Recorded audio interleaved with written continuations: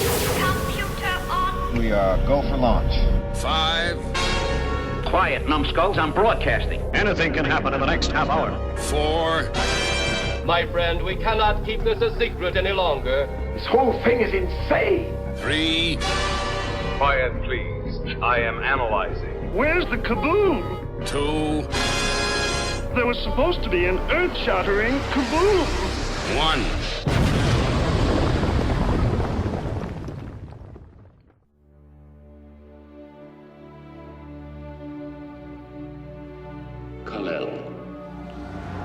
You do not remember me. I am Jor-El. I'm your father. Even though you've been raised as a human being, you are not one of them. You have great powers, only some of which you have discovered. If a man gets older and he thinks very differently and things get very clear. And there's one thing I do know, son, and that is you are here for a reason.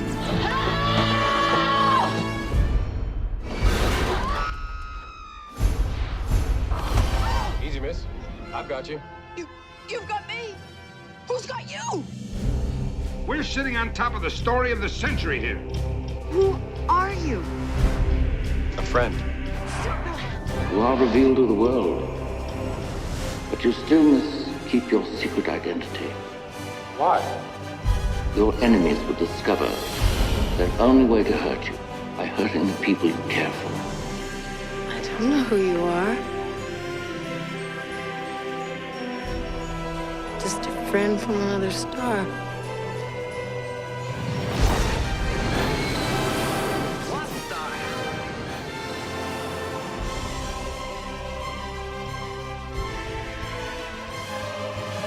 Is that how a warped brain like yours gets its kicks? By planning the death of innocent people? No, by causing the death of innocent people. Mind over muscle. They can be a great people, Kal-El. They wish to be. They only lack the light to show the way. For this reason, above all, I have sent them you, my only son.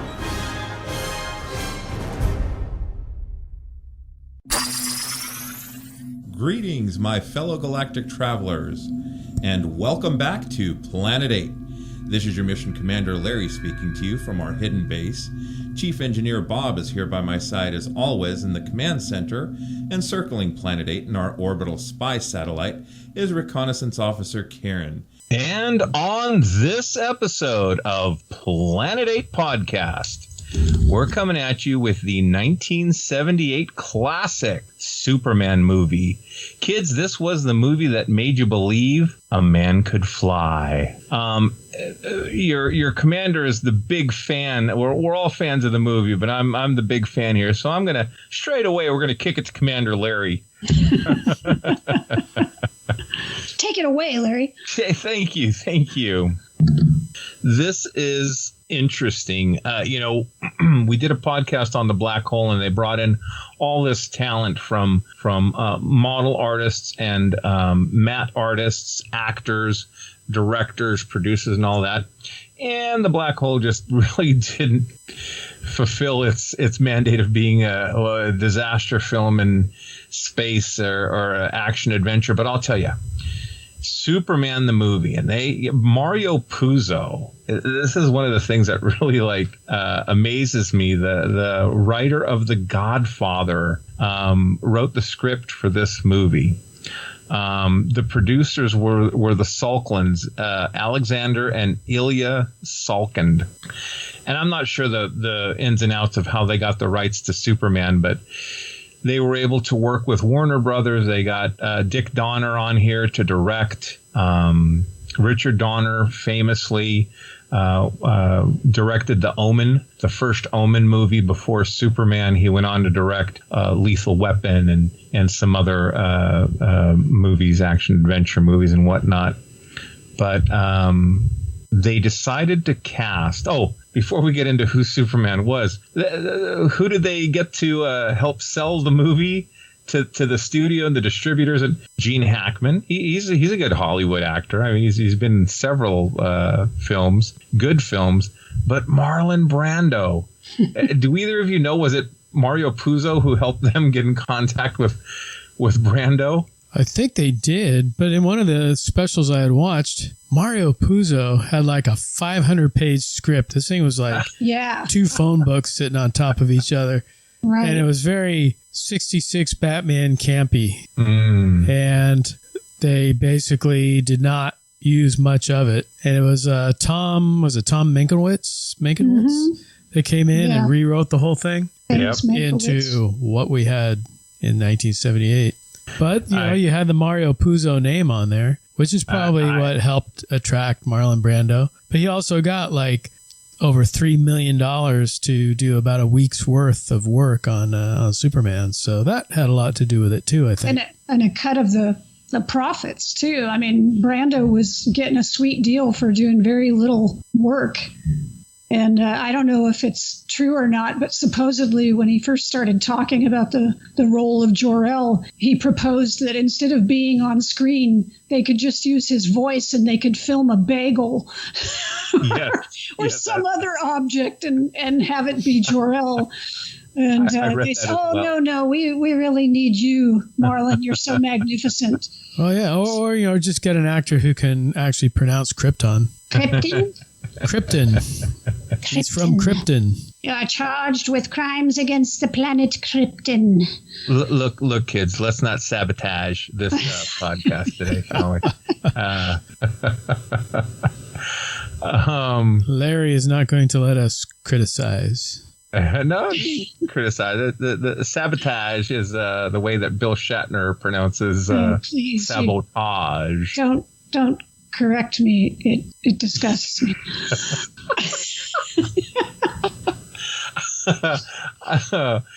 We have to do a Shatner episode one of these days. But anyway, Mr. Brando didn't bother to memorize a lick of dialogue. Not one.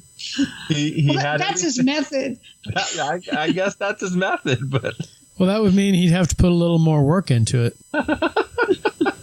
You only get so much for $3 million. Let somebody else write up the cue cards. God. I'm sorry. I'm going to be thinking about that bagel thing all throughout the podcast now. My father is a bagel? They had Christopher Reeve, Margot Kidder, Glenn Ford. I mean, Jackie Cooper. I love this movie. That's a great cast. I mean, the best thing they really did was cast Christopher Reeve. They had talked about a lot of big name, well-known actors in the role of Superman. Robert Redford and James Caan, even Dustin Hoffman, which I cannot wrap my mind around. I'm sorry, that makes no sense to me. Paul Newman, yeah. So a lot of big leading men, but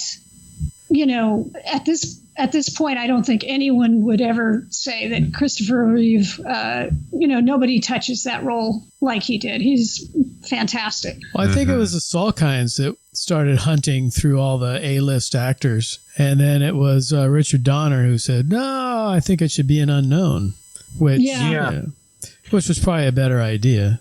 Because, it's like, hey, it's Superman instead of, hey, it's Robert Redford in a cape. Right. They had Burt Reynolds, Sylvester Stallone. We already said Paul Newman. Not William Shatner. Bruce Jenner. See, he could play Superman, and then later in his career, he could come back as Superwoman. All right. Yeah, well, they say Patrick Wayne was cast, but dropped out after his father, John Wayne, was diagnosed with stomach cancer. That probably would have been coming on the heels of Clash of the Titans or after? Or not Clash of the... no, it was Golden Voyage of Sin... No, not Golden Voyage of Sinbad. The other one. The Eye of the Tiger. Eye of the Tiger. Right. Chris Christopherson, Charles Bronson. It's just really a lot of ridiculous casting ideas. No Arnold Schwarzenegger? Arnold is too big and too German. Ilya Salklin's wife's dentist was screen tested. They were getting desperate. That's like Plan 9, right? The Ed Wood's dentist filled in for Lugosi.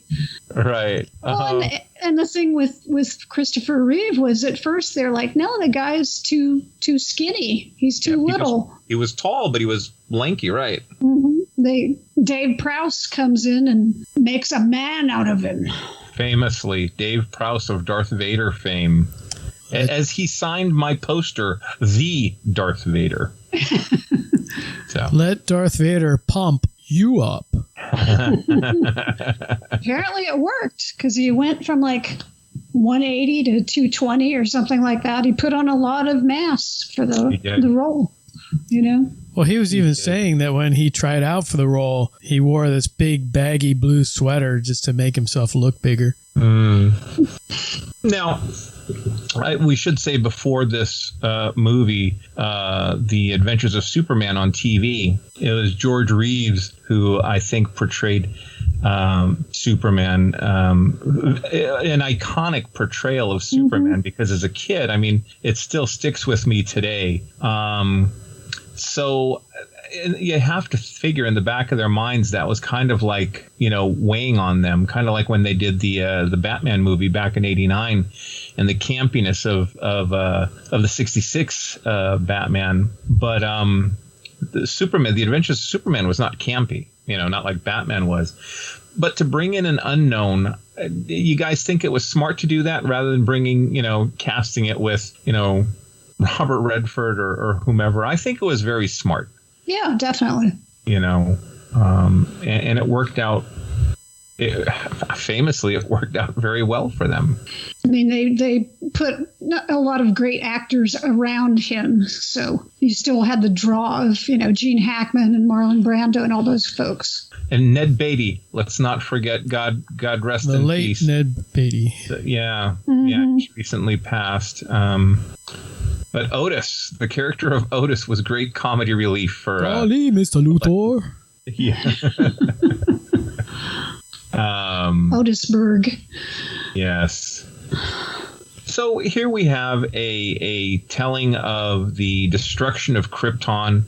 You know, for all the films that they've had since the '78 version of the Richard Donner version of Superman, I think this was the best telling of the destruction of Krypton. Special effects wise, you can argue. I'm also a big fan of The Man of Steel. I think that was a good movie. We won't talk about the other film with Batman and Superman because these two will have at it. Well, one thing I will say about the destruction of Krypton, and I was watching it on Blu-ray on the big TV, and you can see the wrinkles in that psych behind the explosion, let me tell you. Oh. Lower left, big old wrinkles in the psych. That's too bad. It's, well, you know, it's a testament. They didn't think technology would be such that we'd be able to see all that stuff. That was like watching the Bride of Frankenstein, and you can tell when Frankenstein's out in the forest and they're hunting for him. It was basically a drop cloth in the back painted. With clouds and or famously Leonard Nimoy's Spock ears in the original Star Trek, and you can see where the spirit glue in some parts put the ears on them. Well, I think. Go ahead, Walker. I'm just watching it again. I was struck by how much emphasis there was on making, you know, an analogy to Jesus, because, you know, Jor-El talks about, you know, how Kal-El Superman is there to, you know, kind of lead the humans to a better way. And he talks about, you know, I've sent my only son. And, you know, as Superman flies up into the clouds and Jor-El's face is in the clouds. And, you know, I at some point it's sort of like, wow, they're really hitting you over the head with this. And Chris Reeve's portrayal of Superman is sort of like a very kind God who, like, oh, these people are so, like, the way he looks at human beings is sort of kindly, but like, oh, they're really kind of little idiots that I have to protect and take care of. I don't know that idiots, but that we kind of don't really, we're not mature enough as a species yet to like take care of ourselves. Like he's beneficent towards us, but he's clearly far beyond us in many ways, As most aliens that came to Earth, even E.T. Oh my goodness, let's not go there. But yeah, it's an interesting aspect of the movie. And, he just projects so much kindness and goodness and everything, which I don't know. Even in 78, I think it might have been hard for people to swallow if it had been any other actor doing it, because he's very sincere in the role. He doesn't play it campy or goofy. He's not winking at the camera or anything. He's just very sincere in this character. He really believes what he's doing. Well, you almost have to play it that way because, if you do it wrong, people are just going to laugh at you in every scene. And I think the producers were even kind of going back and forth and, trying to decide how Superman should act. Because, he's basically a big Boy Scout. And, he wants to do good. He wants to, be the good guy and do good deeds and all that. And he never, unlike other superheroes, he never questions himself. He never questions what he's doing. He's just full speed ahead, truth, justice, and the American way. Right. Now, could Henry Cavill today pull off a Superman like that? Well, no, nor should they try. I think the times changed, obviously, and society has changed. But getting back to the benevolence and the way that he looked at humanity, I will say that Henry Cavill's Superman, that version of his father was Jonathan Kent, or Kevin Costner, who played Jonathan Kent, had more to do with how Henry Cavill, you were here for a purpose, and so on and so forth. We can kind of get into the dynamics between the two later on. I wanted to touch on the film's version of Jonathan Kent. Did it?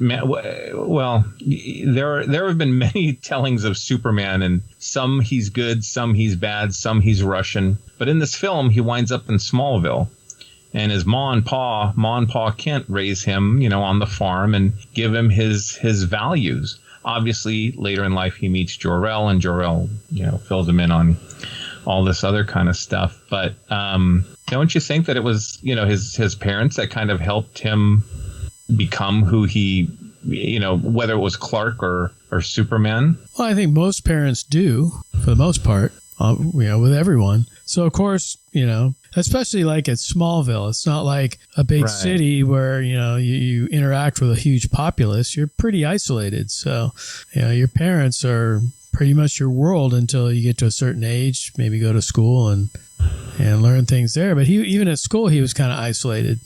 Yeah, he couldn't play football, and so he kicks the football and like flattens it while they drive off, with Lana and the other kids, and Clark was left. And then the only criticism I have for this film is Clark running alongside the train. Oh, glide running?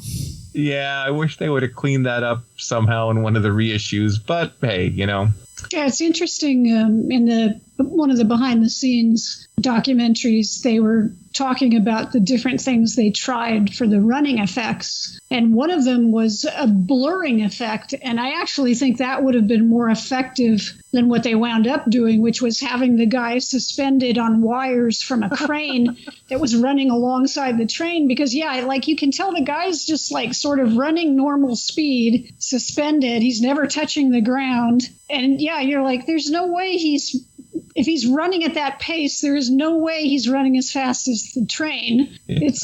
It's one of the least convincing effects in the film. Yeah. I think the blur effect would have probably been much better. Well, they were putting all their efforts into making him fly, not making him run. Yeah.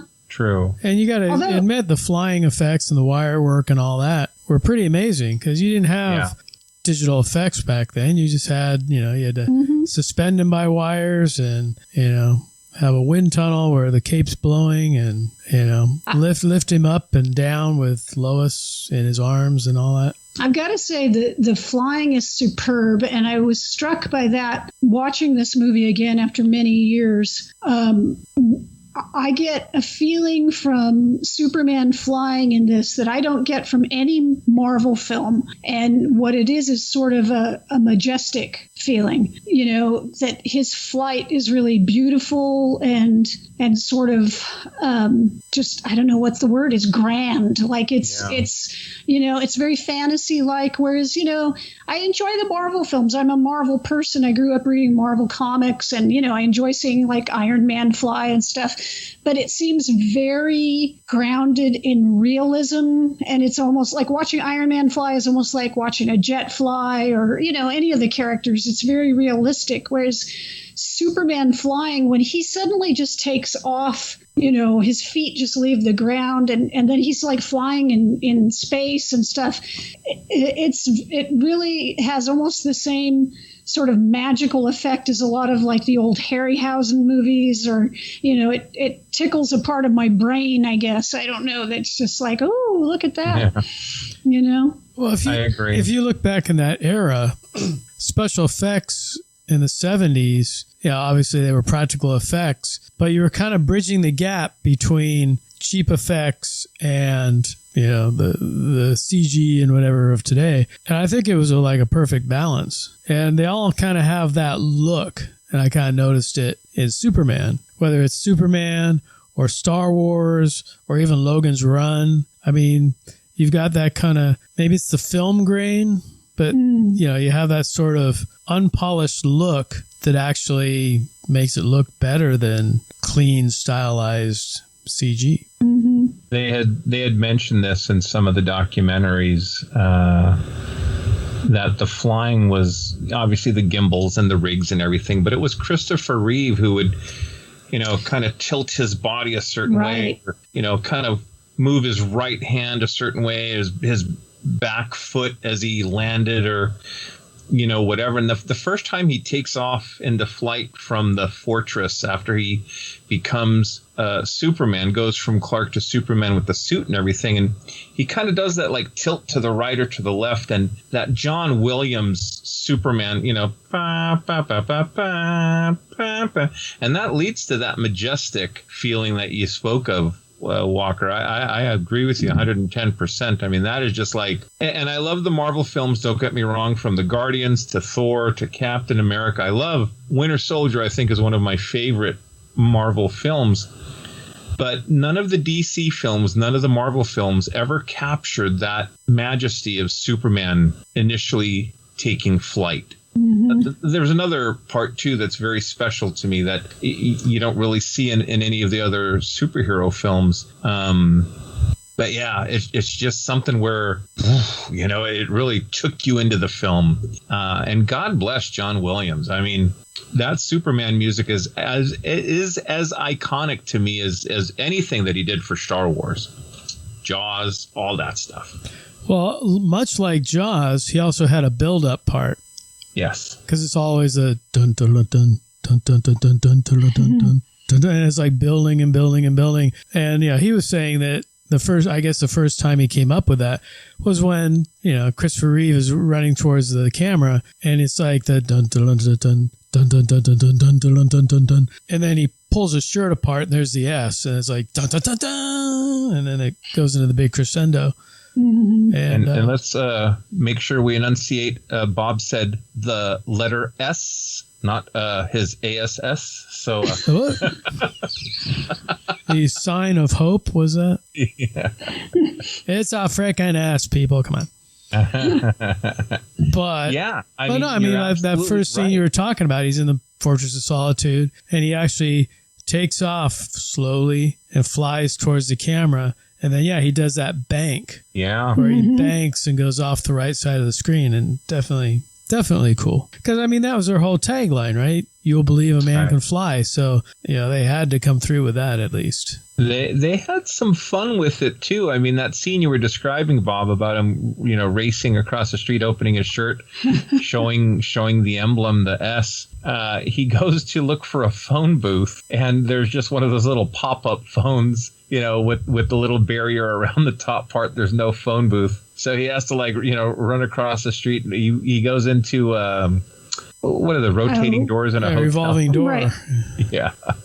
Goes to that really fast. Yeah. Well, of course, the best part of that is when he comes out in his suit and there's a gentleman there. I won't say what his profession is, but it rhymes with blimp. And he's like, "Whoa, Jim, that is a bad outfit." Woo! It's almost like Ric Flair. Excuse me. Yeah, that is very cool. We kind of talked about the actors and everything before this, but Margot Kidder honestly wouldn't have been my first choice. Mine either. As Lois Lane, but I guess the chemistry between the two. Well, and yeah, we can see it in the film, but when they had them doing a screen test, they just really complimented each other. And it shows in the film, too. I mean... Yeah, I would... I don't think I would have... if you just showed pictures of actresses, I don't think Margot Kidder would have been my first thought for a Lois Lane. But you're right. The way that she and Christopher Reeve played off of each other was just perfect. They have a perfect flow. And you completely buy that they are interested in each other, that, that there's a chemistry there. So... Yeah, definitely. Well, Margot Kidder even pointed out in an interview that, like Superman and Clark Kent, he's acting as two totally different people. Well, if you look at Lois Lane, when she's with Superman, she's like this coy schoolgirl with a crush. But when she's with Clark, she's take charge and, full speed ahead and totally different personality. She just melts in front of Superman, but she takes charge in front of Clark Kent. Yeah, that's a good point. But I think, I think Christopher Reeve, I think the one scene that really shows his acting ability and the difference between Superman and Clark is when he's in Lois's apartment. Right. Oh, and he's about to tell her, and he takes off the glasses and he starts standing more erect and straight, and you can see this confidence in his face. And then she comes back and he puts the glasses on and he's all, meek and mild again. And, there was not practically one word said, but just his mannerisms, his expressions totally told the story. Exactly. So well done.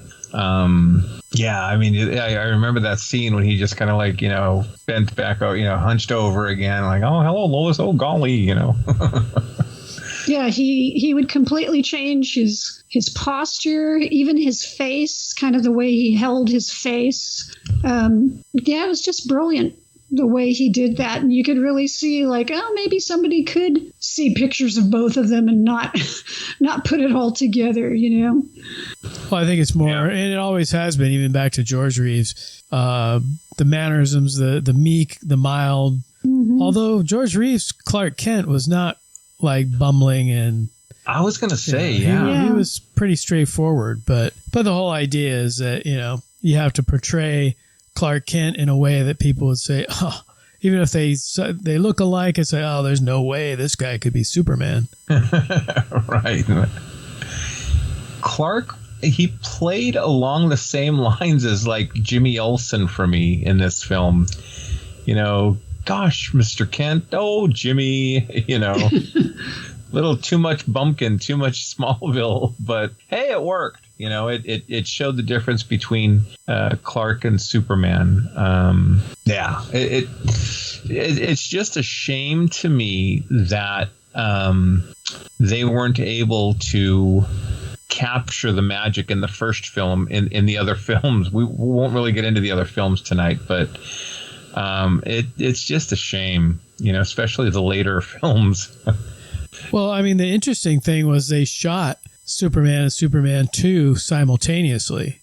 Right. Yeah. And so, they were like, they'd be doing a Fortress of Solitude with just Christopher Reeve, and then they'd bring Gene Hackman in, and then they'd bring in, General Zod or whatever. And they were doing that up until the point where they were running out of budget. And then they kind of put Superman 2 aside and finished up Superman. But yeah. Budgetary reasons. And what was really crappy was then after Superman premiered in December of 78 and was a hit, then they decided to go ahead and finish off Superman 2, but they fire Richard Donner and then hire Richard Lester to finish up the film. And that was Richard Lester of Hard Day's Night fame. If he can direct the Beatles, he can direct Superman, right? Yeah, it's just, I know that Donner and the Salkinds did not see things eye to eye. And of course, there were, budget overruns and time overruns. But it just seems like, hey, this is the guy who got you, to the finish line with number one. You might as well stick with them. But I guess they didn't.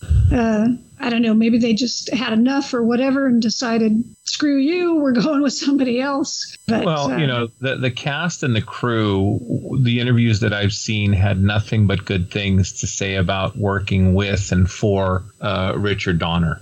Yeah. And what he brought out of the actors and, the special effects. I mean, everyone, he was the director on that film. He was experienced.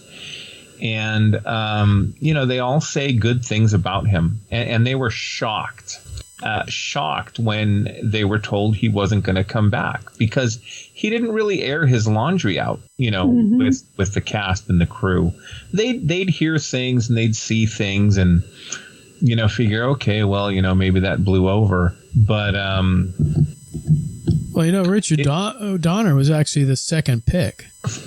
The original director of Superman was going to be Guy Hamilton. Right. Who basically is running he and Barbara Broccoli are running the Bond franchise now. But he was the original director. And then I think they changed. I think they went from somewhere else. They decided to go over to Pinewood Studios, and he was stuck in Italy or somewhere and couldn't do it. And that's when they brought Richard Donner in. Well, and again, I think Donner did a great job on the film, great job with the cast and the crew. Just a little plug, if you guys haven't had a chance to look at the Donner cut of Superman 2, I recommend it. Anyway, if you get a chance, watch it. We'll focus more on this film. Here's a question for you guys then. Did you watch the theatrical version of Superman, or did you watch the extended version? Both. Wow. That's dedication. Holy cats. I watched the theatrical, but I did watch one scene from the TV version, which is when Superman breaks into Luthor's hideout.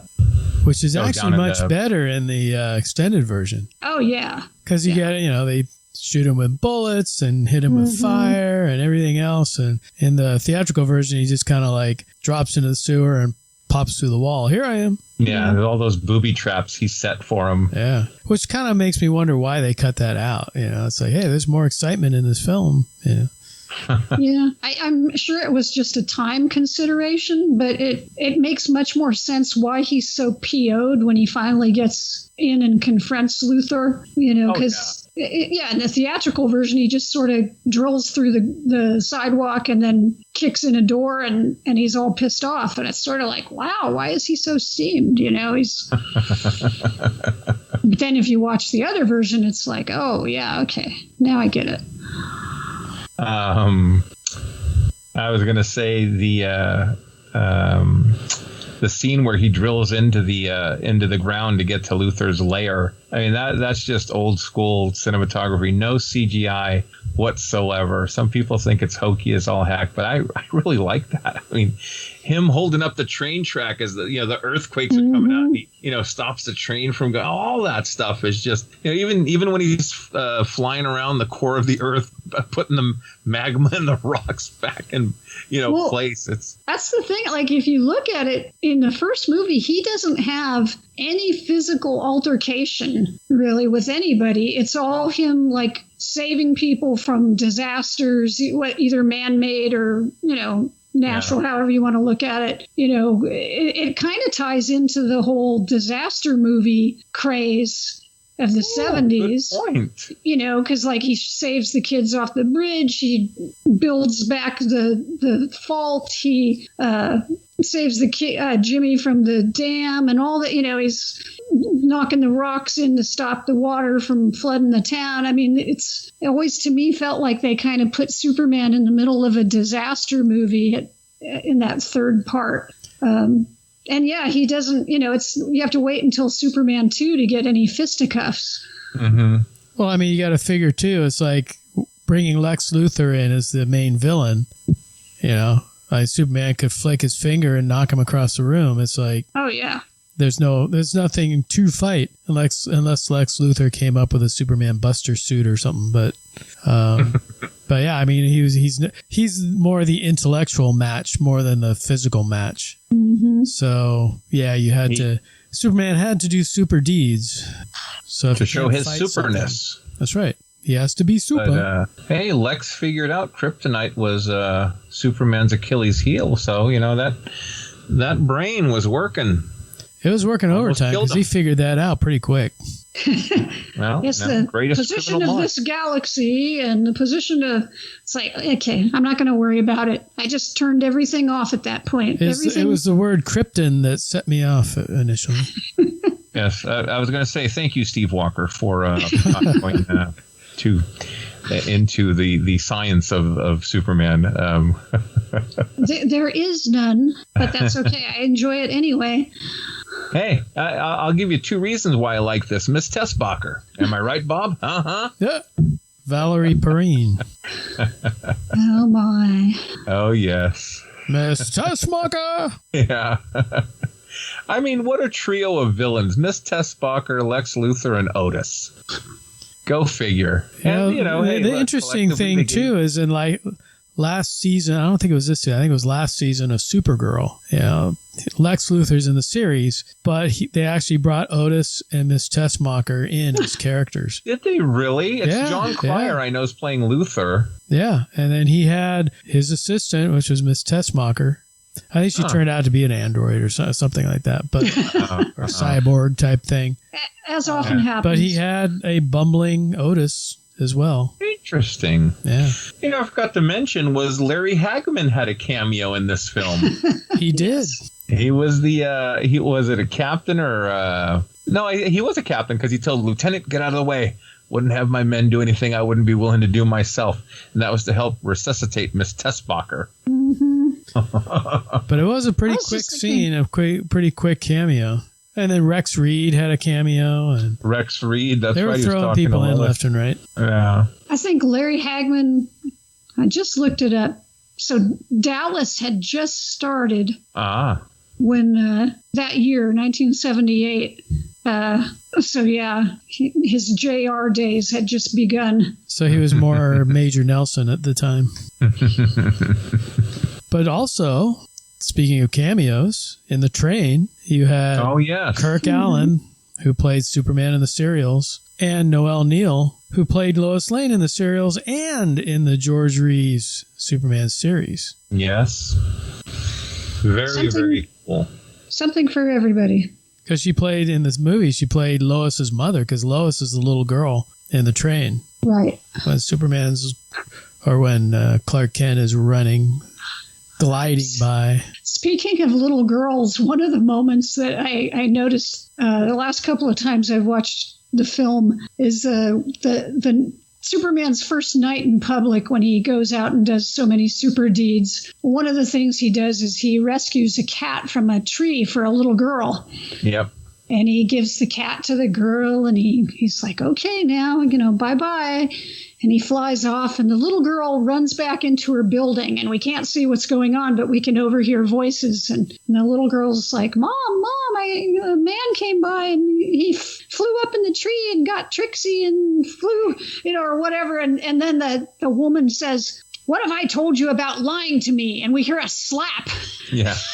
It's like, whoa, Superman caused the little girl to get smacked around. You think he would have heard that, though, as he was flying away? Yeah, he probably you think he should have flown back and shown the lady, hey, she's telling the truth. Kicked Mom's butt? Yeah, well, at least, yeah, maybe the modern version would. And the Christopher Reeve version would just say, ma'am, she's telling the truth.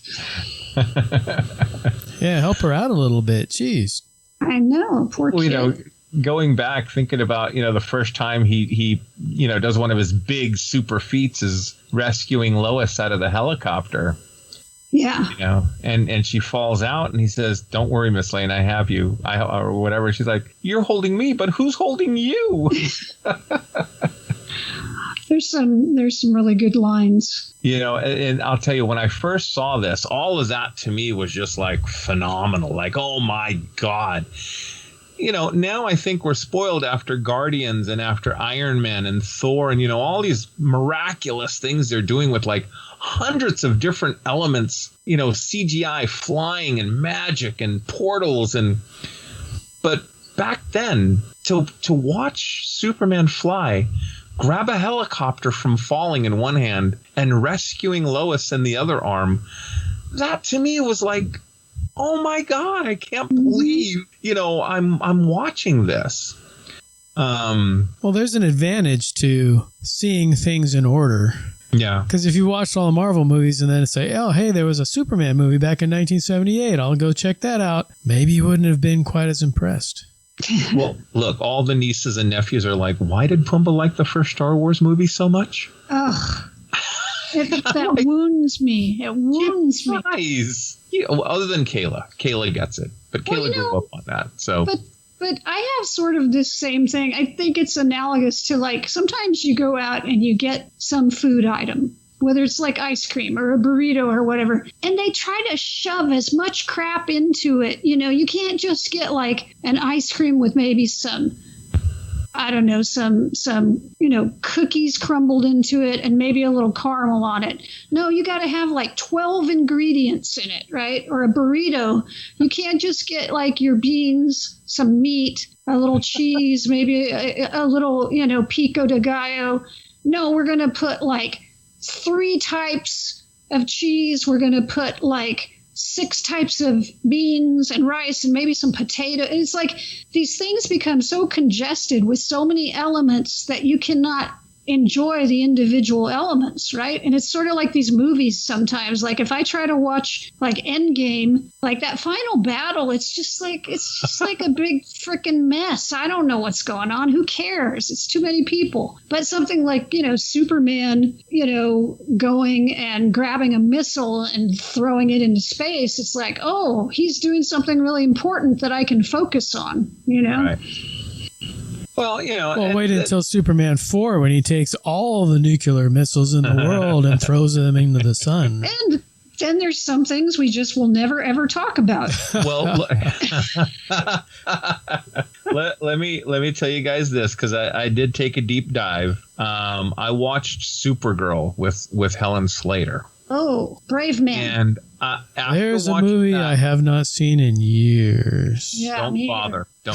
But those of you who dare, HBO Max, I am now brave enough to go back and rewatch Superman 3 and 4 because I don't think they're going to be as bad as Supergirl. Oh, you might be surprised.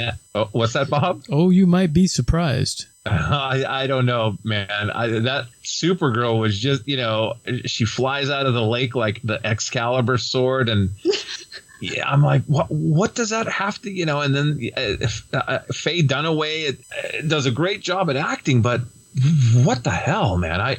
Anyway. Well, hearkening back to the Supergirl TV show, her parents in that show were played by her mom was played by Helen Slater. Yep. And the father was played by Dean Cain. Dean Cain, yeah, who was in Lois and Clark.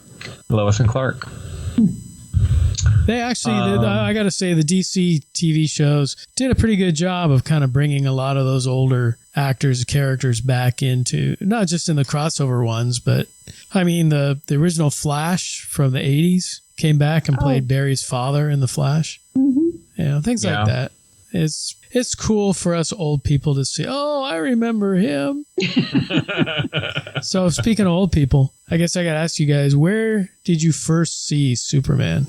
The movie? Grand Lake Theater in Oakland, California. Dang, it's precise. I was going to say I saw it in the theater, but I don't remember which theater. But I saw it in the Santa Maria Theater, the big theater, before they split it up into 3 theaters. Right. I was going to say the Oakland theater there, it was the Grand Theater. I mean, it still has like one of the biggest screens.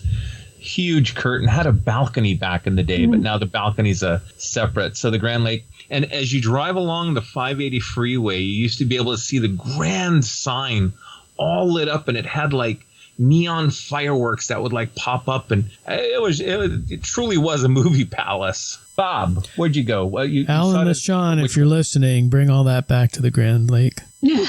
Dude, tell me about it. Like I said, I do remember I saw it in the theater. I want to say it was probably on the big curved screen of the Hyatt Cinema in Burlingame. Oh, the Hyatt. See, I would have thought the Coronet, but yeah. Well, see, I grew up on the peninsula, so most of my movies were like at the Hyatt or the Manor or whatever, the Hillsdale Cinema. No. I pretty much stuck to the peninsula until, I got a little older, and then I'd venture into San Francisco and wherever the cool movies were showing. Yeah, back then we had to walk over. Well, we didn't have to, but we could. We walked along the lake, and back in those days, we had to crawl on our bellies. We swam through the crocodile-infested waters of Lake Merritt, and I'll tell you. Now it's infested by other things. They were just crackheads and pimps, but hey, it was the 70s, so. Cocaine is a hell of a drug.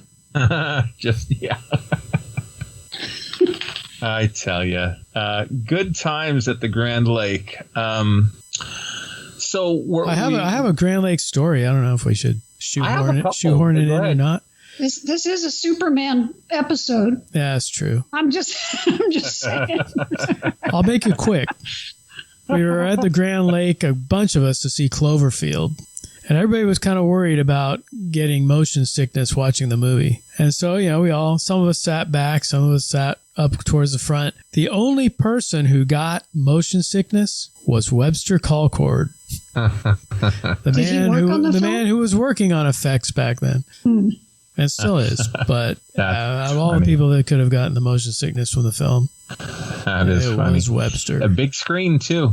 Very big screen. No, definitely. Saw a few, even though I was growing up on the other side of the bay, I saw quite a few movies there. And we put on a couple shows there, too. So, cool theater. I was fortunate enough to see Bob Wilkins there put on I want to say it was a Sinbad movie.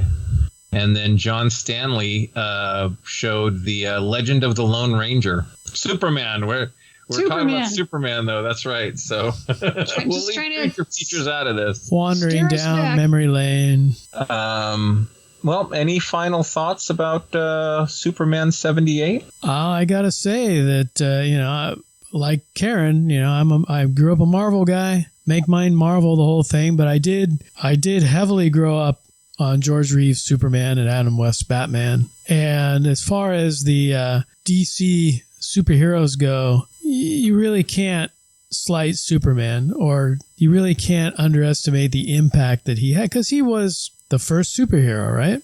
Mm-hmm. He was it. If it wasn't for him, we wouldn't have all this other stuff. So to bring him into a big budget at the time film and pull it off the way they did was nothing less than extraordinary.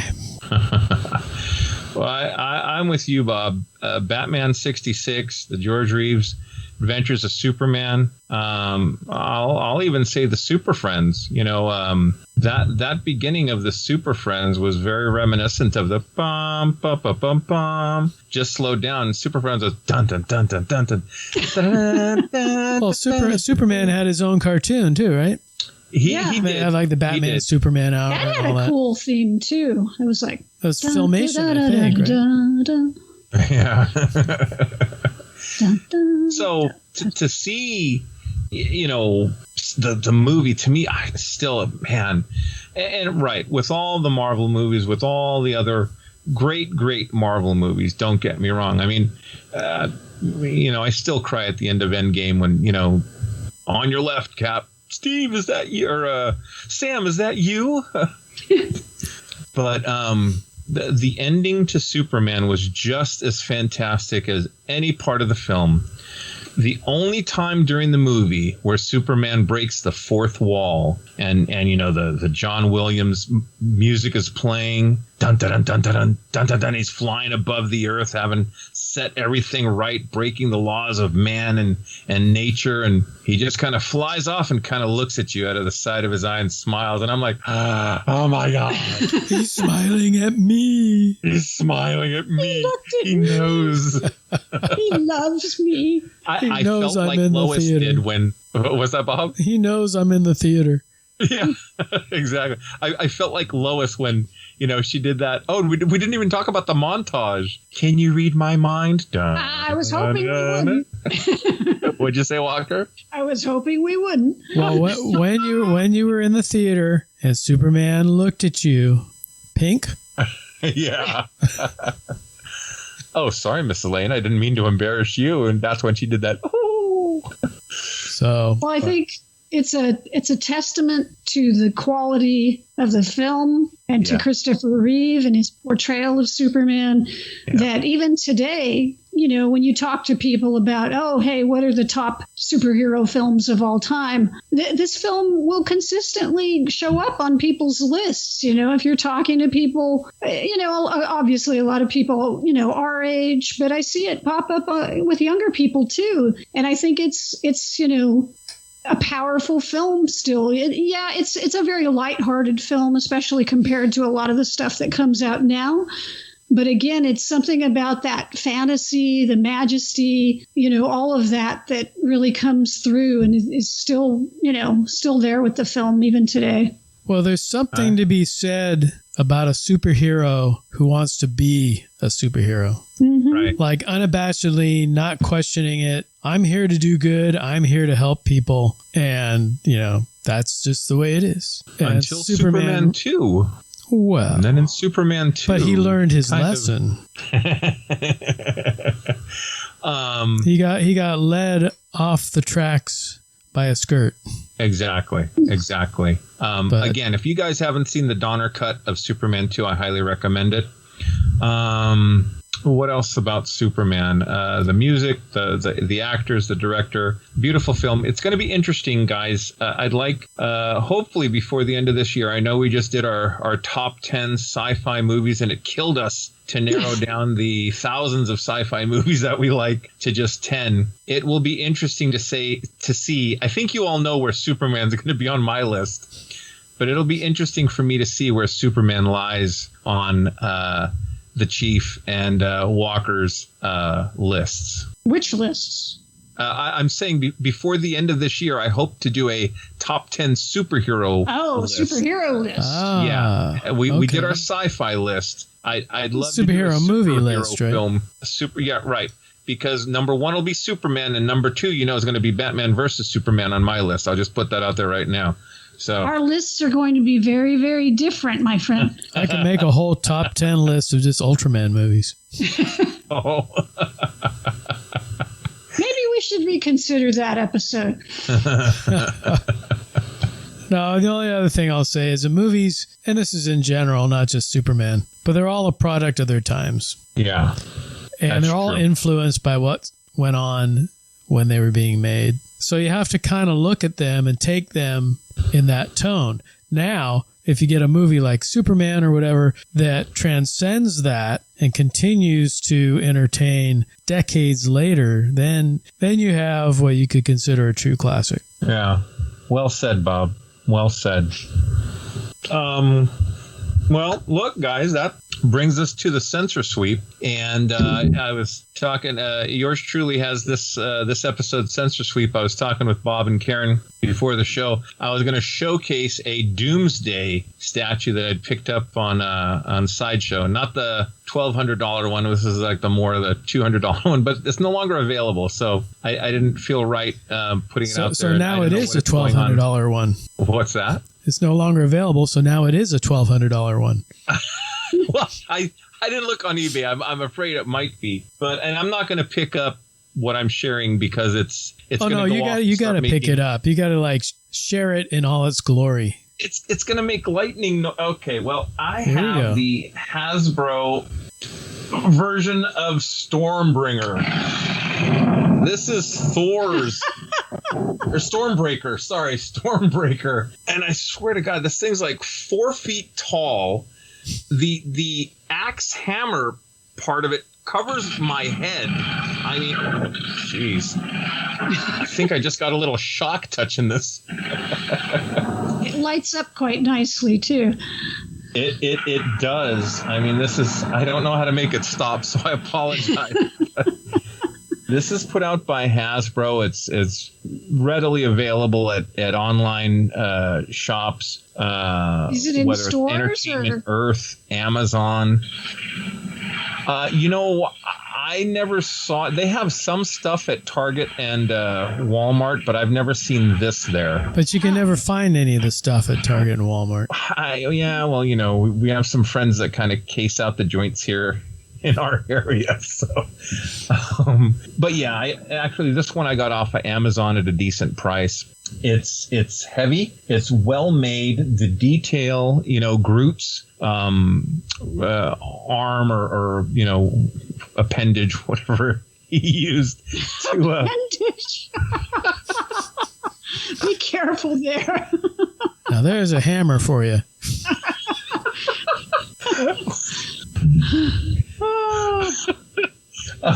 Anyway, but I digress. I found Stormbreaker on Amazon. It's $150. It is a bit of an investment. But you can still get it. There's a bunch of Stormbreakers on there. But I have to ask you though, do you have Mjolnir to go with it? I most certainly do. Mjolnir you have to turn on to. There we go. So the hammer part of this is actually fairly large as well. That's put out by Hasbro as well. And we might as well make it a trifecta. I also have the Infinity Gauntlet that... I'm only putting Stormbreaker in the write-up. So there you go. Yeah. We had a guy at one of our Godzilla nights, Charlie Soto, and he's you'll see him at toy shows and stuff here in the Bay Area. He makes like movie props, and he made Mjolnir. And I have people have seen my Facebook page. I have a picture holding it, but he made the head of the hammer out of a small cinder block. Oh, so this thing was like, here, are you worthy? Pick it up. This 30-pound hammer. Oh. Yeah. But Stormbreaker with the appendage is definitely pretty cool. It is very cool. And if you get a chance to help yourself to one, please do. on that note, this draws this episode to a conclusion. Appreciate you guys tuning in. Make sure to go over to our YouTube and comment, like, and subscribe. Take care of yourselves. Until next we meet. On that note, this will conclude this transmission from Planet 8. We would like to thank all of our intergalactic audience for listening. Be sure to head on over to our website at www.planet8podcast.com, where you can get more information on this episode's topic. For more conversation, find us on Twitter at Planet8Cast. Or on Facebook at facebook.com/Planet8Podcast. We want to thank you guys for tuning in each and every episode. We look forward to your input and opinions. Until next time, this is Planet 8 signing off. End transmission. By George, he's got it. It is the end.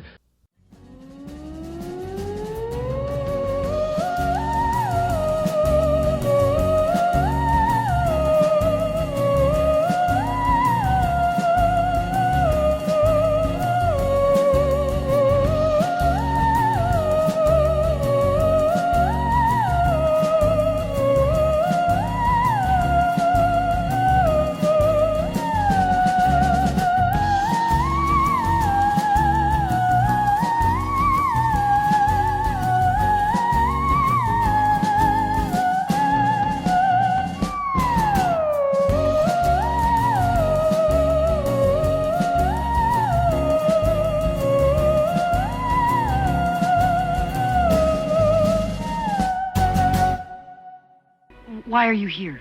There must be a reason for you to be here. Yes. I'm here to fight for truth and justice in the American way. You're going to end up fighting every elected official in this country.